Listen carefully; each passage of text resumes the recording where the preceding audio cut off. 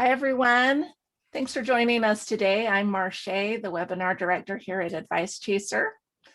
Before we introduce our guests and get started, and it looks like I've got the wrong thing on my screen here. Just a second. There we go. Before we introduce our guests and get started, I do need to do a bit of legal housekeeping.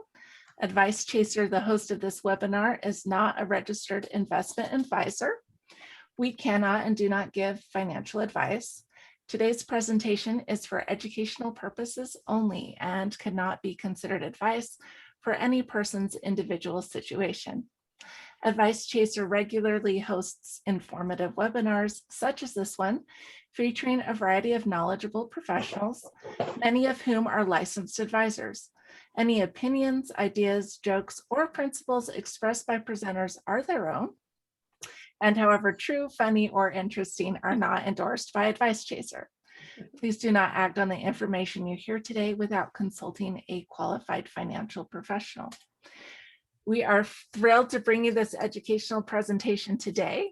Attendees are muted, but we encourage you to ask questions using the chat box. The presenter will answer those queries during or after the webinar as appropriate. And if you ask a question in the chat box, go ahead and leave your phone number as well. If we can't get to your question during the event, we'll make sure someone reaches out to you after today's event. We want this experience to be as educational as possible, so please don't hesitate to ask for clarification or expansion of the material. I'd love to introduce you to today's moderator.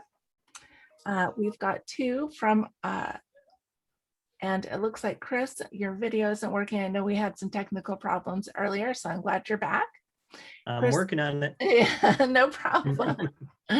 Chris Bertay is the managing director of the Naples, Florida office of Signet Financial Management, working directly with the clientele of Southwest Florida.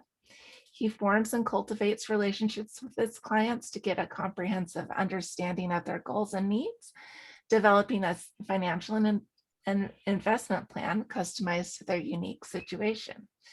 Prior to partnering with Signet, Chris worked at TD Ameritrade for over 12 years. He is a certified financial planner and holds a Series 66 investment advisor representative license.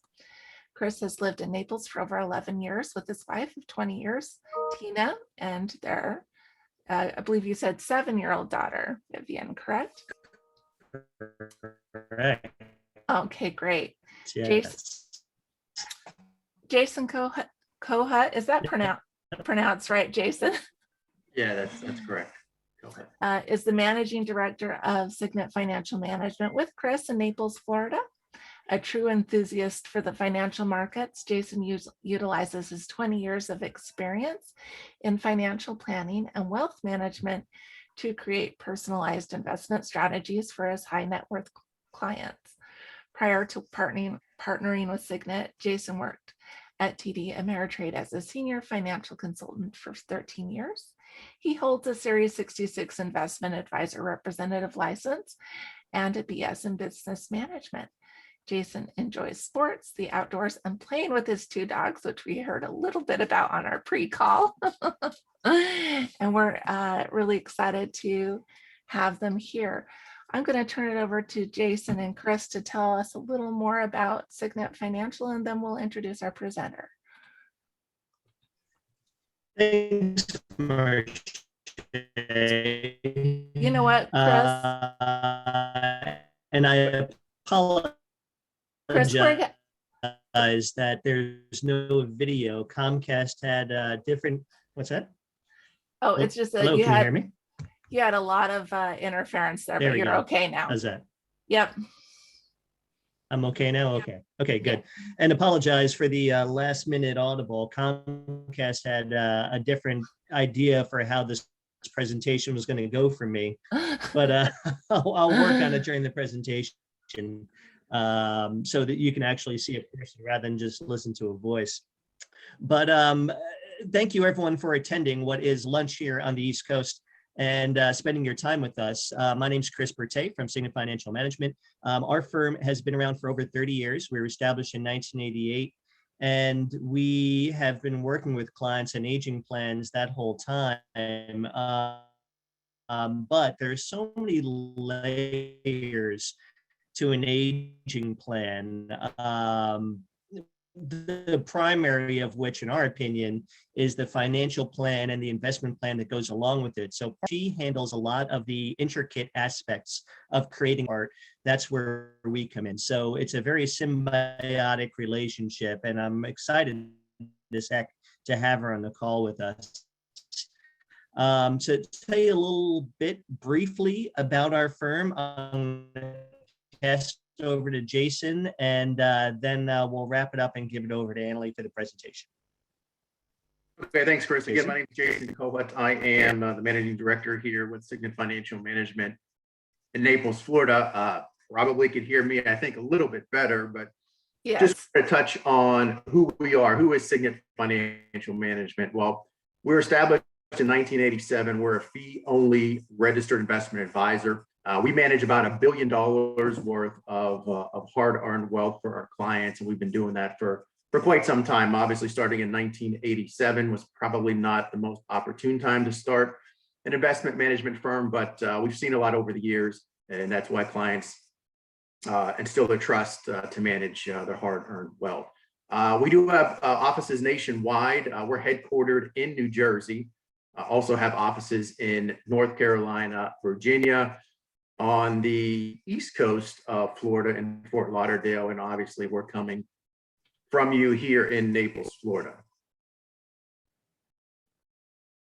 So who are we and what exactly do we do? Well, we are fiduciaries. Again, as a registered investment advisor, we are an SECRIA.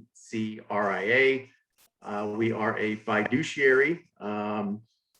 We customize relationships based upon investment wealth solutions. We don't do anything that's really cookie cutter. All of our research and analytics is done in-house. We do a lot with customizing portfolios using individual securities, such as individual stocks, bonds.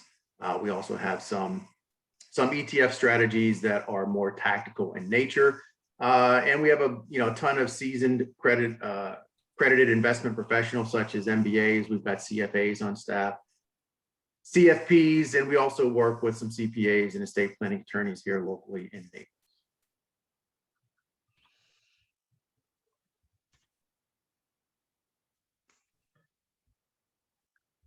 And we'll turn it back over to Chris if he's available.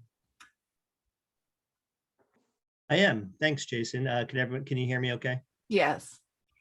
Okay, great. So when I say holistic wealth management, when I say that, and Annalie is going to get into this a little bit more in her presentation, a person's financial being is more than just their investments. It's their insurance, their tax planning, their aging plan, their financial and estate planning, their business, how they budget, all of those things. So when we meet with a client, we take all of those into account. So how an aging plan fits into this is a little bit more intricate. So without further ado, I'd like to pass it over to today's speaker, Annalie Kruger. And I'm going to go ahead, Annalie, and give you a little bit of an introduction. Annalie is incredible, and I can't wait for you guys to hear from her. She's the founder and president of CareRight Inc., the concierge of senior care planning. CareRight assists families in navigating the complexities associated with the aging process by managing crisis situations. And I know you do this almost every day, handling crises with families and developing proactive aging plans, facilitating family meetings, and providing needed support for struggling caregivers. For Annalie, providing proactive senior care planning to families is more than just a career, it's her passion. Annalie has spent her entire 27-year career in the senior care industry and has become a nationally recognized expert in the field of senior care planning, having presented at a number of healthcare, senior housing, and financial conferences, as well as hosting dozens of webinars, including presenting here. She received her BS in social work from the University of Northern Iowa and her MBA from Cardinal Stretch University in Wisconsin. Annalie is a certified family mediator with further certificates in grief, trauma, and loss, as well as PTSD counseling. Annalie is the author of The Invisible Patient, which comes out later this year and outlines the emotional, physical, and financial toll experienced by family caregivers. We're so glad to have you. I'm going to go ahead and stop my share so that you can take over the screen and share with us. Very good. All right. Hi, everyone. Let me get my screen up here quick. There. Well, good. Hello, everyone. Thank you for joining us for our kind of lunch hour, lunch and learn. I'm going to need to move our little pictures here so that they're not in the way. Okay. All right. So like Marcia said, my name is Annalie Kruger. Thank you, Chris and Jason, for having me as your guest speaker today. I just wanted to share my why, because a lot of people ask about, well, why did you start your company and so forth. So I was a social worker and executive director in long-term care centers and CCRCs, which are continuing care retirement communities, for 18 years. And every day I had families in my office because there was a crisis. The kids were blindsided by the crisis and they had no idea what to do. So for example, mom fell, she's in the hospital, she broke her hip, and the hospital says, here's a list of facilities, go find one by noon tomorrow because we're gonna discharge your mother and she needs to go somewhere. So the families would literally come to this, in this particular case, a skilled rehab center with all these brochures that the hospital gave them. And the families are like, we have no idea what to look for, what to ask about. So the kids were blindsided by the crisis. They had no idea what their parents had in order, right? So mom's at the hospital, so it's not like she can come tour the facility that she's going to end up at. So the kids are out on this mission of trying to find a place for her to go. And so I would spend about an hour doing the tour, but I was with the families then like 2 or 3 hours beyond the tour because they had so many questions. And they weren't able to easily answer the questions that I had of them. Like, what does your loved one have for insurance? Does she have long-term care insurance? Is she a veteran and we can utilize VA benefits? What are your mom's end of life wishes? Does she have a DNR in place, a full code, power of attorney documents? And the answers were always the same. They're like, I don't know. We never talk about stuff like this. So only a small percentage of families were like, you know, Annalie, we tried to get this information from mom and dad because we could see the writing on the wall, but they gave us so much pushback that we quit trying to get this information. And here we are now in a crisis and we have no idea what's in place and what their goals are. So I thought after 18 years of literally 6 to 8 families every single day coming into these skilled rehab centers, I was like, there's got to be a better way here. And duh, it's proactive planning, right? So in 2011, I started my own company called Care Right.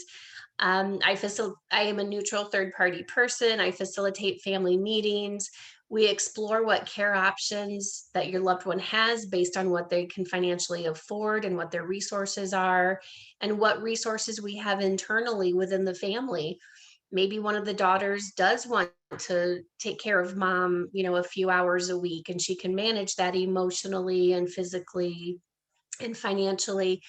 But we need to look at the big picture, like what are mom's needs now and what are her needs going to be down the road. So the reason that we want to plan ahead is because it gives you better care options. It also helps your family stay on track and work more as a team than waiting until they're in crisis mode and emotions are high and time is limited. So putting a proactive plan in place provides hope. It provides peace of mind. It saves the family time, money, and stress for when that crisis occurs. Because I hate to say it, we can't be in denial. A crisis is likely going to occur. We have to be prepared for that. We also have to be prepared for when the slide doesn't advance. There we go. I got you as a backup in case we need to switch to me. Or for when Comcast boots us 5 minutes before the meeting. All of life's curves.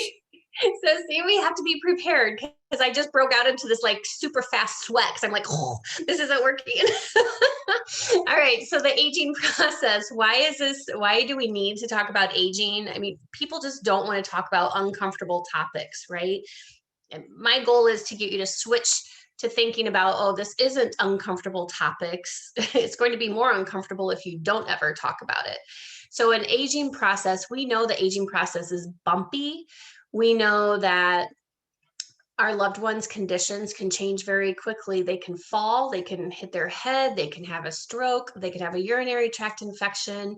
If they have dementia or a chronic disease like Parkinson's, we know that it's going to get worse and they're going to need more and more help and more care, and care costs money. So we need to talk about these things before they become a crisis. So we know the aging process is bumpy. Mom could be fine yesterday when you saw her. Today you call her and she's confused and she is not making sense at all. And you're like, what the heck happened? She was just fine yesterday. So their conditions can change very quickly. You would hope that the aging process brings families together, but I am here to tell you that it often does not. And part of the reason is because families are in denial, and sometimes family moms and dads don't want to be forthright with information. And so by the time families come to me, their emotions, they're just not, the family's just really not getting along very well. There's a lot of conflict, and the family is burned out and they're overwhelmed and they don't know what their options are. So if we, as that's why I like to work with these financial planners that are holistic, because we need to be identifying you as an at-risk family before you are at risk. And you have to have an aging plan sooner rather than later, or it will come back to bite you if you do not. If families do not invest the time, the money, the energy, and the resources in maintaining relationships with each other, then the adult kids have to get reacquainted with each other and then figure out how to manage the crisis. You know, 27 years ago, when I first started as a social worker, I could literally go to Ethel and Marvin's house. We could all easily gather around the kitchen table because the kids all lived in the same zip code. That's just not the profile of families anymore. And so if families, as they started moving away from each other, if they did not invest and continue those relationships with each other as siblings and with your parents, when you get that crisis call, you're like, oh my gosh, what do we do now? And if you don't work as a team, you're not going to have the best outcomes. Everyone in the family has their own ideas, their own assumptions about aging, and they all tend to be a little concerned about their inheritance and how money should be spent. So everyone has input. That's why the family meeting is critical, though, so that we can bring up all of these ideas and issues and perspectives in a safe environment by a neutral third-party person.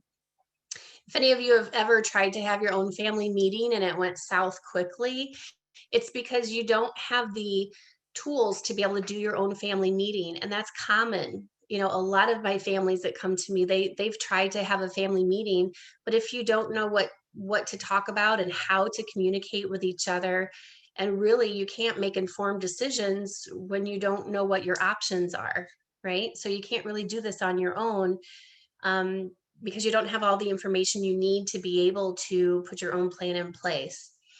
We also know that everyone in the family has their own unique relationship with each other, and those relationships often change through the course of time. Maybe you used to be closer to your sister, and now 10 years later, you're closer to your brother.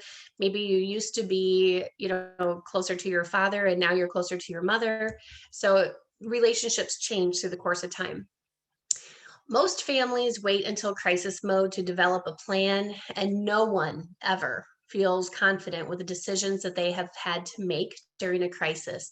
So in my career, I have never had ever had a family come back to me and say, gosh, Annalee, I feel really confident about the decisions our family had to make in the midst of a crisis. It just doesn't happen. Everyone is uncomfortable during a crisis. So the aging and impact on adult kids. Can you guys see me like moving our faces around to the other side? No, that's, Okay. that, we can just see your presentation and you, we're good. Oh, okay, good. Because I have to keep like moving all of our faces to the other side so I can see the slide. All right, so aging and the impact on the adult kids, why this matters if you're the adult child listening to this webinar. Genworth Beyond the Dollars in 2018 study found that family caregivers, so like you and me, the adult kids, 46% of us had to work fewer hours, 30% missed career opportunities, 63% are paying for their loved ones' care out of their own funds, and 42% reduce their contributions to their own savings and retirement. So by not having an aging plan in place and not working with a financial planner or advisor or a financial professional who identifies that, hey, this is a big problem here. We need to make sure that if you're in that 40 plus age group, your advisors need to be asking you, are you a family caregiver? Do you anticipate being a family caregiver? Is there anything in your personal life impacting your health, your well-being, and your ability to earn your income, your livelihood? So they should be asking you those questions, because that is an easy prompt to say you need to have an aging plan in place, because these numbers are real. And this is from 2018. So there's new studies coming out all of the time now that the financial industry is kind of waking up to the realization of, hey, we have family caregivers that are leaving the workforce in droves. How does that affect their assets or their retirement accounts? And it does affect it in a big way by about 50%. So aging and impact on adult kids. Another study found that 58% of adult children found themselves thrust into the role of caregiving without ever having any kind of family meeting or discussion. It was just like acting on impulse. Dad had a stroke.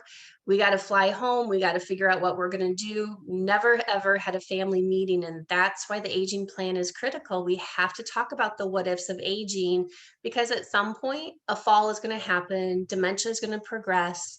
Cancer is going to strike, or just frail elderly living their life in a not as great way as they could if they had a plan in place. Aging 2.0, that's more of a healthcare study, because I'm more on the healthcare side. So Aging 2.0 found that 48% of seniors do not follow through with hospital discharge instructions. They're still too ill, because the hospital's goal when you get in there is to get you out. So when you discharge, or when your loved one discharges from the hospital or from the rehab center, they're still not up to par yet, and they may not have transportation. They may not still be able to drive yet, or they never were able to drive, and they may not have family around to help coordinate the many, many, many doctor's appointments that follow when you get discharged from the hospital in a rehab center. So your advisors should be, when you're in the hospital, your advisors should be following up with you and say, hey, how are you? What can I do to help you? All right. When the crisis hits. So this is your your little case study. So close your eyes and think about if this happened to you or to your family. You woke up not feeling yourself today. You brush it off because you are the caregiver to your spouse with dementia and you don't have time to be sick. How many of us have said that? We don't have time. I just said that 2 weeks ago. I don't have time to be sick. You're still feeling weird. Your symptoms are getting worse. You call 911 and then you collapse. You had a stroke. Your demented spouse is now left alone and is not safe to be alone. The hospital calls your daughter, who lives out of state. You have another daughter too, but she is estranged from the family. Your other daughter is the primary caregiver of her husband, who has terminal cancer. She can't leave him to come to your rescue. So how did you set your family up for success if a medical crisis occurs? What conversations have you had as a family about the what ifs? What if we need more care? How are we going to pay for care? What if mom has a stroke? What are we going to do when dad's dementia progresses? How are we going to manage the changes in his mood, his behavior, his personality, and his care needs? We have to do better to start talking about these things now instead of waiting until there's a crisis. Do your children know what you have in place? Do they have their healthcare directives, their financial directives? Have you talked to your family about these directives that you have? Do you talk to them about what you have in place for long-term care insurance, or however it is that you're going to pay for long-term care if this becomes an issue? Have you had conversations about your funeral wishes and burial arrangements? And do your kids know your accounts and passwords? And do they have copies of what you have in place? One of the gazillion mistakes I see families make is, yeah, you do a good job. You put daughter Sally in place for healthcare because she's your daughter, and you put son Johnny in place for your financial power of attorney, right? So you get these documents in order, which is great. But what I see all of the time, literally all of the time, because families don't talk about these things, right? So what I see all of the time is the kids don't even know that they're named as a power of attorney. And so when you lose capacity, like if you have that stroke or you are crossing the street and you get hit by a car and you can't communicate, how is it you think your adult daughter, Sally, is going to make healthcare decisions for you if you've never had any kind of conversations about what your wishes are? Or how is your son John going to pay your bills because you've lost capacity because you got hit by a car or you had a stroke? How is he supposed to do his job as your power of attorney if he doesn't even know what accounts you have, what you have in place for insurance, where bills get paid from, like which accounts are set up for auto pay, which ones does he still pay by check? Like, you have to prepare your family for these types of scenarios because they will happen at some point.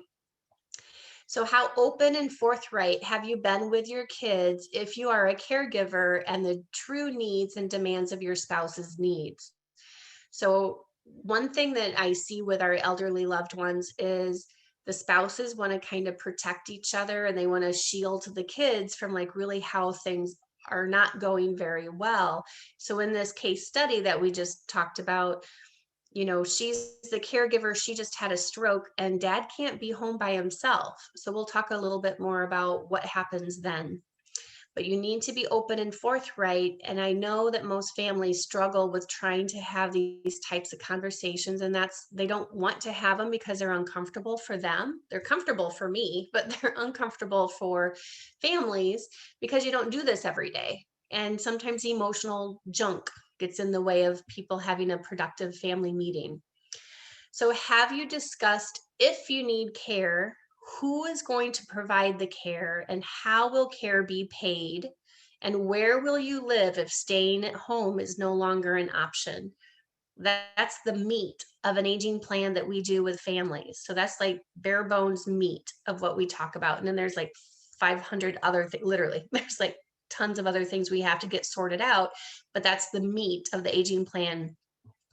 And what is your plan if you require one level of care and your spouse requires another level of care? Most spouses don't want to be separated as they age. But again, because we don't put a plan in place, we just wing it. You get mom in one facility and dad's in another facility 30 miles away because that's where there was an open bed when you needed care or when your loved ones needed care. And that's not usually how people want to live their life when they've already been together for usually decades. Reacting to the emergency. So we're going back to your crisis where mom just had a stroke, dad's not able to be home by himself because of dementia. So your daughter spends $1,000 on emergency airfare this time. This isn't her first time down, this isn't her first emergency airfare to have to come to the rescue, but this time airfare was $1,000. Her husband is not thrilled with the expense and her being gone for an uncertain amount of time again. Your daughter has 3 major projects. So your daughter has 3 major projects that she is working on for work. All are due by the end of the month. If she impresses her boss, she is up for a major promotion, her dream job. But she's handling your crisis. So your daughter arrives to the hospital. The doctor tells her the stroke damage was major.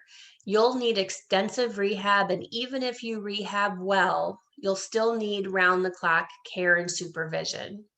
The stroke caused significant mental confusion. You are unable to tell her where your healthcare and financial directives are. She is going to have to step in and pay your bills, but she has no idea what accounts and passwords you have. So now we talk about dad.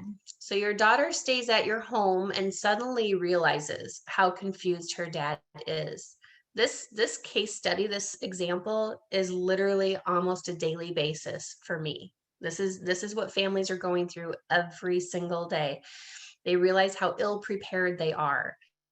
So your daughter stays at your home and suddenly realizes how confused her dad is. He's up all night, he's wandering around the house, and he's going into her bedroom.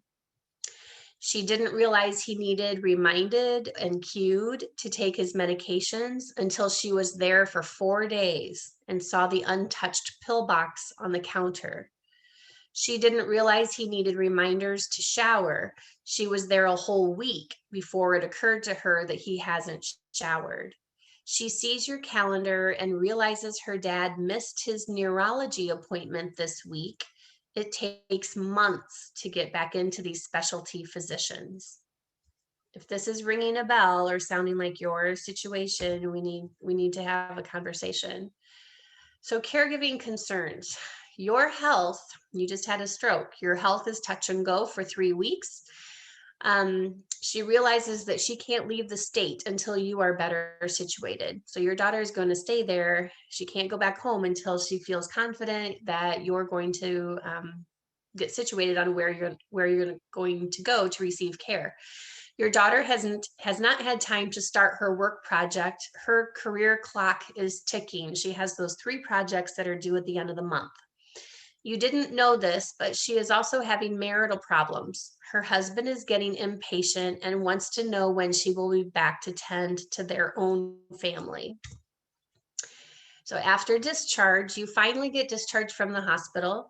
Your mind is a little more clear and you are at least oriented to what is happening, but you're scared and you're thinking, is this your new physical baseline? Are you scared for your spouse? How is he doing? And who's taking care of him? And is he safe? So the cost of care, the doctor says you will need continuous care. You thought Medicare, this is why I put this in here, because most families think Medicare will pay for everything.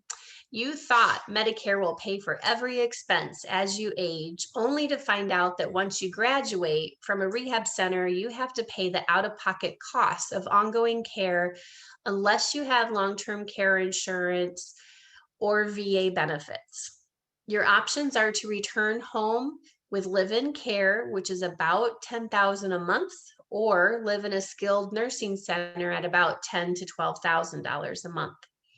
Your husband can't live alone, and memory care is about $5,000 to $8,000 a month, depending on where you live. Your daughter was already feeling stressed and overwhelmed within the first 2 days of being at your home. At home care, you decide to try living at home with home care. After a major stroke, you will have multiple follow-up appointments. My dad had a minor stroke and he had 17 follow-up appointments. My mom fell and broke her shoulder. She had 18 follow-up appointments because of all the other stuff that was done to her at the hospital. So there are multiple follow-up appointments. You can no longer drive. Your husband can't be alone, so you'll need to hire a caregiver. You are still recovering and do not have energy, and you can't drive. Hence, again, why 48% of seniors are unable to follow through with discharge instructions. Your daughter had to return home. She missed her work deadlines, and her husband is giving her the cold shoulder. You don't like the traffic coming into your home, all of the therapists, the nurses, and the caregivers. Most of the caregivers do not speak English, and they spend most of their shift on their cell phones. So now what? What is your plan? And what could you have done in advance of this crisis? developing an aging plan.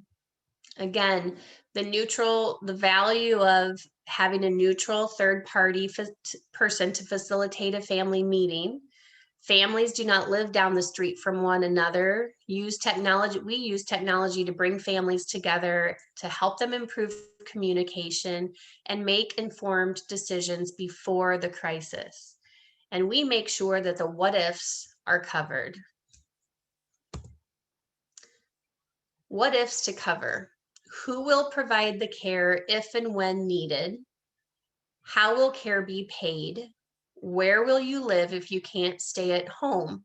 Are you expecting your kids to come to the rescue every time there's a medical crisis? I'll tell you the answer is no.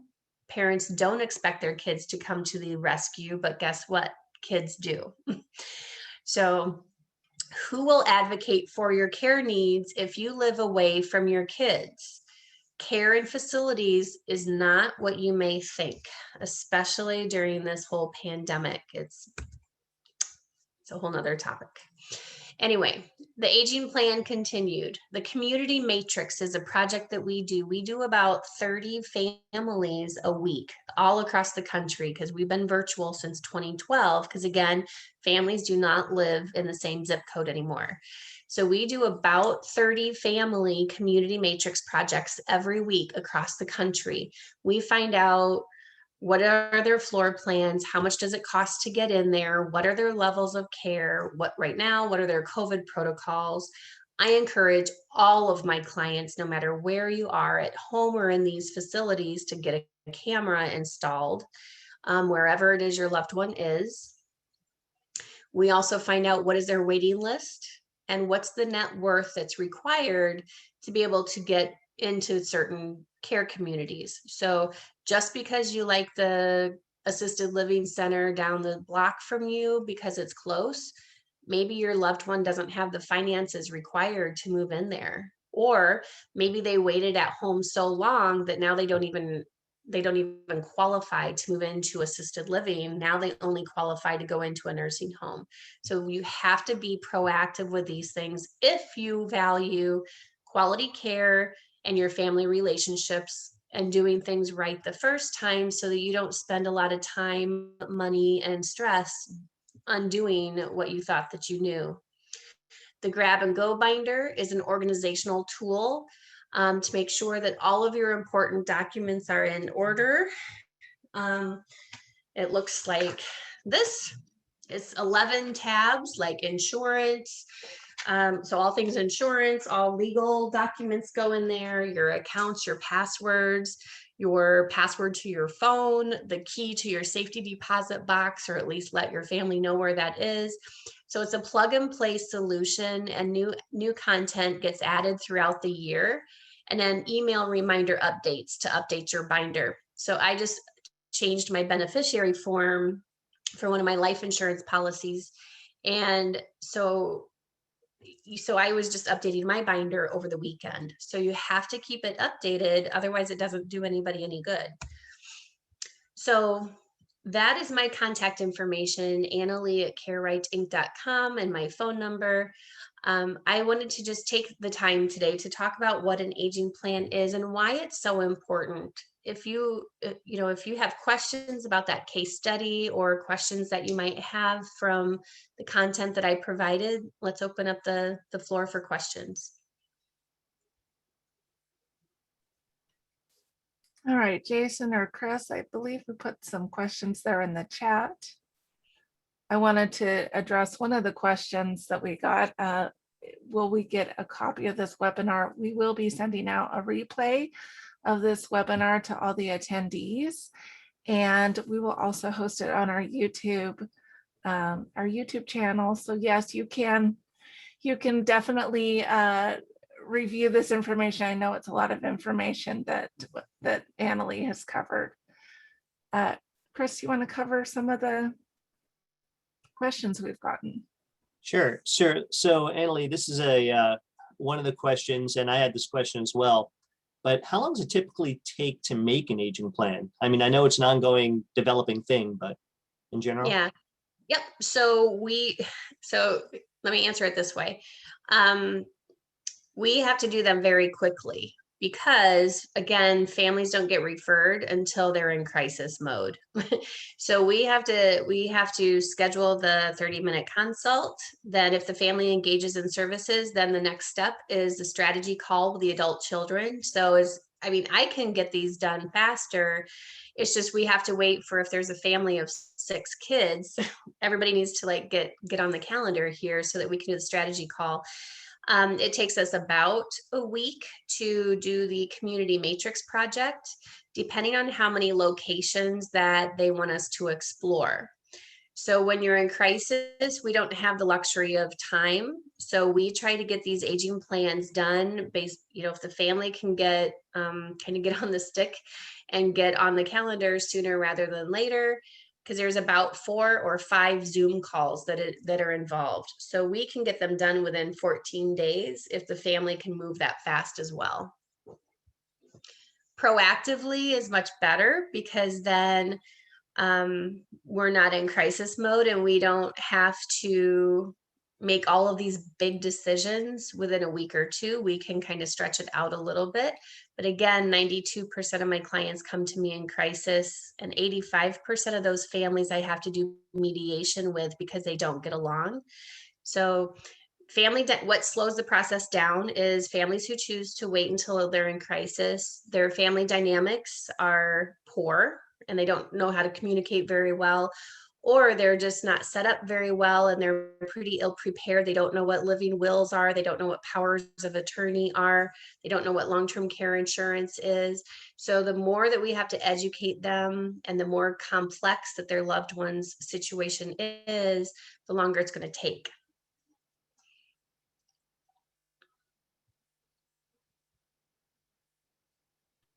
It looks like Chris might have frozen. Jason, can you take some more questions here? Just in the chat. I know we've got a couple more. Long-term care insurance costs. Jason, you're on mute, by the way. Oh, there we go. Is that better? Okay, Chris, go ahead. Great. So we actually got a bunch of questions here, Annalie. One of the and you froze. That's okay. Actually, you want me to just kind of take these from the top? Sure. Okay, because I don't seem to be freezing. Yep, you'll send out a replay. Yes, you'll get a copy of the webinar. Some questions. How long does it take to make an aging plan? We 1 to 2 covered that weeks. one. Yep. So we also do patient advocacy for families local and far away. And I train families how to become your own patient advocate, because you will need to have a patient advocate. I hate to say that, but healthcare isn't what people think it is. What are your thoughts on how to work with parents who are resistant to having aging related conversations? I love that question. Because this is what most families, most adult children, they do try, some adult children do try to have these conversations, little bits and pieces. But again, that's the value of a neutral third party person facilitating the family meeting. Because if you try to have your own family meeting, you're likely going to get pushback. And like I said in the webinar, sometimes family emotional junk just gets in the way, and families don't know how to kind of navigate around that. That's why that's as a social worker and a family mediator, I lead the family meeting like a compassionate business meeting. Catch me up to speed. Where is everybody at? Your thoughts, your perspectives, your ideas, what's working well, what's not working well. And it's always the burned out caregiver, so who calls me for services. So that's again why you have to have a neutral third party person, because I'm not family trying to develop your plan. I'm that neutral third party professional person facilitating your family meeting so that we can put the plan together. Oh, thanks, Sandy. Wonderful presentation. What can one do about siblings who must be pushed to play a part in helping care for aging parents? I have one sister and she is always saying that she can only handle so much mentally, and we would prefer that I take care of the serious stuff. Absolutely. Because the other thing is, you have to think about, not everyone is equipped to be a family caregiver. And we also have to realize family caregiving is a really broad term. So while she might not want to handle, the emotional stuff, like maybe your loved one has cancer, and having your loved one having your sister go with your loved one to the cancer treatments, maybe that's just really too hard on your sister emotionally. We talk about during the family meeting of what is working well, what do you want to take off your caregiver plate, what need do we have that isn't being met, and who can we put in there as either a family member or a professional resource so that family can be family. That's one thing that I know. Adult children, by the time they come to me, they're burned out, they're not in a good way, and they just want to be the son or the daughter again. But like I said, not everybody is equipped to be a family caregiver, and caregiving is broad. Maybe someone needs to take over the mail. Maybe the mail management is too much, or maybe someone needs to take over bill pay, or someone needs to take over the transportation, or maybe you're the daughter and you don't want to do the bathing for your mom, or you're just not patient and personality wise equipped to be a caregiver, because not everybody is, or we wouldn't have such a shortage of professional healthcare workers. So the value of how we can help you with that is we sort out what needs to be done and who do we need to put in place to make sure that all of those needs that our loved ones have has a resource to make sure that their needs are met. Good information. How do you get your parents to create a plan? If I had that magic wand, Brian, I would definitely share that. But again, when I say that families come to me in crisis, some families have tried to have a family meeting and you don't know what to talk about. That's the other value of the grab and go binder. Each of those 11 tabs works as a family agenda item. So at least it gives you a starting point of what you should be talking about. But if you don't know, what your loved one has in place, then there's value in having a neutral person say, just kind of catch me up to speed. Where are the gaps in your plans? Sometimes it's the aging parents that actually want to do the planning and the kids don't, because the kids don't want to think about if dad needs more help or what they're going to do, or maybe their dynamics in their family are just very, very poor. And they might not have interest in taking care of dad or mom. Want to know how much it costs for long-term care insurance? That depends on a lot of things, Ram. There's no cookie cutter long-term care insurance. It depends on your age, and I can let Jason or Chris answer that one if you want to jump in on that one, because it's the premiums are going to depend on what kind of policy you get and what you're looking for coverage. Answer that, Ruth? Yeah. So really, what's that?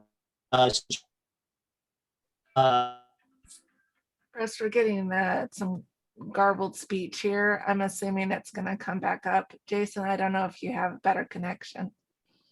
Yeah, when it comes to long-term care insurance, Anna Lee touched on it. There's a myriad of different factors that goes into the premium, such as age, such as pre-existing conditions, a lot of things like that. So it's really a difficult question to answer in terms of to give you an exact dollar amount. I mean, it really does vary considerably. Mm-hmm. So that's a good question to maybe call Chris or Jason to set up a call with them and find out more about long-term care insurance.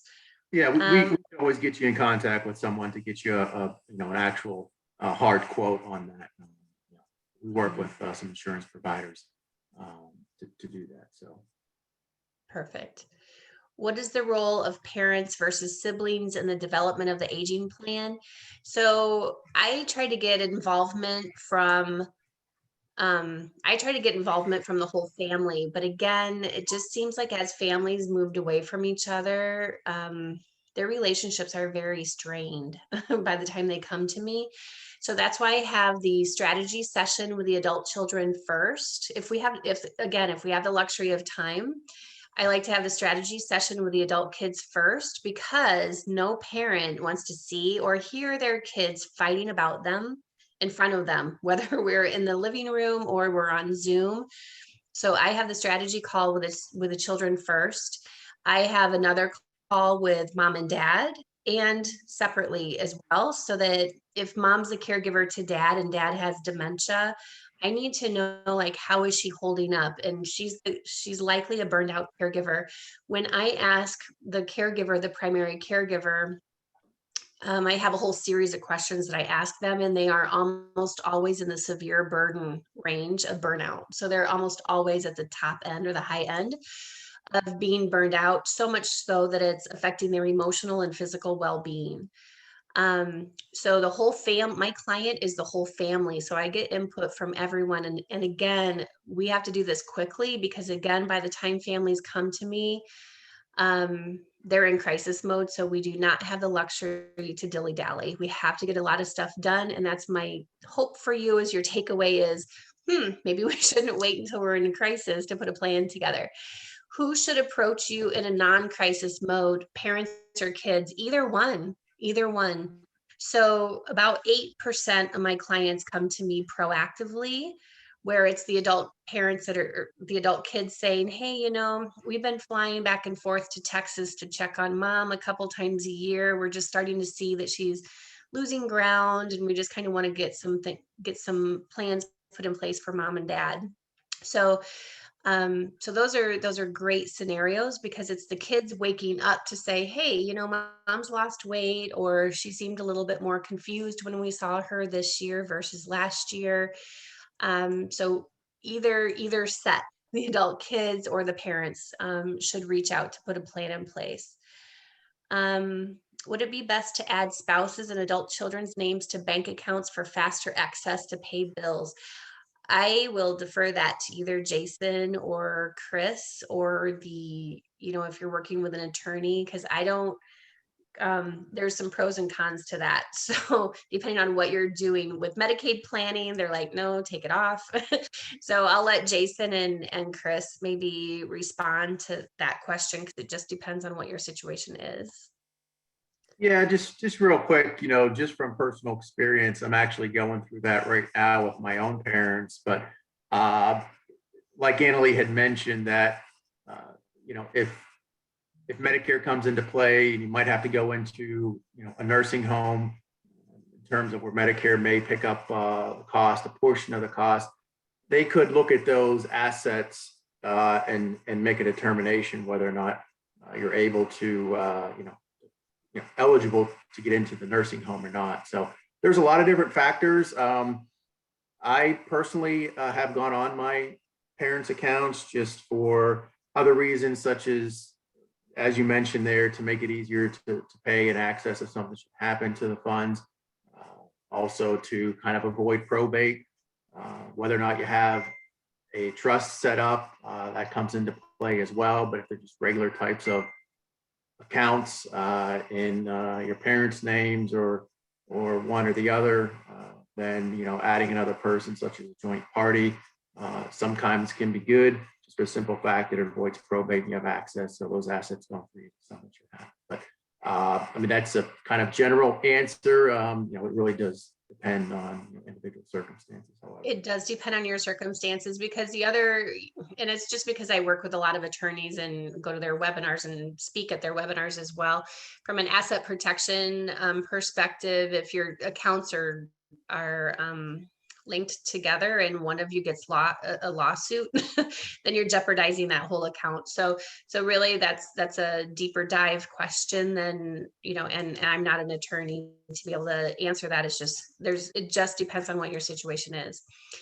Thank you for the information. We are taking care of my father-in-law, now splitting time with family members. So it sounds like family members are taking shifts. You have to put a plan together. You're going to end up getting burned out, especially if he's got a chronic condition. However, it is a struggle at times because he forgets that he recommends that we get help, which we had, and then he is mad at us. Again, it's helpful. It sounds like there might potentially be some memory impairment that you're dealing with. And memory, it's one thing to be a caregiver to someone who's got a broken hip and they're going to get rehabbed and be back up and walking again in 3 to 6 weeks, but it's a whole nother caregiver ballgame to be taking care of someone with a chronic condition like dementia, Alzheimer's, Parkinson's, MS, ALS, because it's going to end up being 24/7. We didn't go into this one. How are we into? Just super quick. A lot of families just kind of go rogue. They do their own thing because they think that they know what might be the best solution for their family without looking at a bigger picture. And you find yourself in survival mode, just trying to be like, hey, we need to have next Wednesday covered, because dad has another appointment or something. So families try to do their own like little family calendar sometimes, and it ends up being very cumbersome, and feelings get hurt and people get burned out. So you need to be looking at the short-term needs and the longer-term needs. That's why we do those facility community matrix projects as well, because we know that most people want to stay at home, but we also know that assisted living centers are full of people who also wanted to stay at home. Thank you so much. Step off. Okay. Typical cost of an aging plan, it depends. That's why I do the 30-minute consult first, to get an overview of what your situation is, but they range anywhere from $3,000 to $4,000. Again, the more medically complex your parents are, because again, people come to me kind of not late, because it's never too late to put a plan in place. It's just you're not going to have the best options when you choose to wait until there's a crisis. You're just not going to have the best options, and it gets more expensive. So the more dysfunctional I'll just be honest, the more dysfunctional your family is, the more medically complex and the least amount of money that you have, it's going to be hard, because if we're trying to find 3 or 4 facilities that have openings for a Medicaid, a Title 19 person, that's going to take us a lot longer. So the more resources that you have, the more that you get along, the more that we can catch you and identify you early to put a plan in place, it's just going to be more cost effective for you and your family. I'll be able to save your family a lot of heartache. Mom does not want to go into a nursing home. Of course not. That's no one's goal. Should I consider adding to the house or having her live nearby? Again, great question. It just depends on what her care needs are, what her finances are. If you're equipped to be a caregiver, people make this decision all of the time, and they don't think about the what ifs. That's fine if mom moves into your like mother-in-law suite and she's still golfing and playing tennis, but what about the time when she needs more care and you're taking off work? And if you're the son and you need to give your mom a shower, how comfortable is that going to be? Or if she has dementia and she's wandering out of that house or out of the room, how are you going to handle that? The other thing is, when it's always kind of rosy when people move in, because they're like, yeah, we can make this work. But that caregiving role snowballs very quickly, and you soon find yourself in over your head. And when your house starts looking and smelling like a nursing home, and you never have that exit strategy discussion of like, mom, you can stay living here as long as boom, boom, boom, as long as I don't have to quit my job, take a pay cut, as long as you don't impact my marriage and my family, as long as you can take care of yourself in these ways, you can stay here. But the more care that you need, and if it starts jeopardizing my career and my finances and my family, then this isn't going to work. Families don't have those conversations, and then they feel guilty when things don't work, and then they truly end up hating their life. And I say that because it's true. Eventually you get so burned out that you actually resent everything about your situation. All right, we covered those really quickly. Are there any other new ones that came up that I missed? I believe we've covered most of them. Jason, did you have any others you wanted to cover? I don't think so. No, I don't see any other on there. Annalee, this has been such an informative discussion. I want to put your information back up here again. And I also want to thank our moderators, the organizations that have worked with us to bring you this webinar today. Thank you so much for attending. Look for an email soon with a link to the replay of this event. You're welcome to share that replay with your friends and family. Here at Advice Chaser, we're all about helping you find a financial advisor who is a great fit for your life and your financial questions. Our matching service is free to you, and every one of our advisor partners has committed to offer a free initial consultation to anyone we introduce them to. Find out more by going to advicechaser.com and clicking on the link to find an advisor. Once again, from Advice Chaser, thank you so much for coming. We'll see you at another webinar soon. Goodbye, everyone. Bye, everyone. Thank you.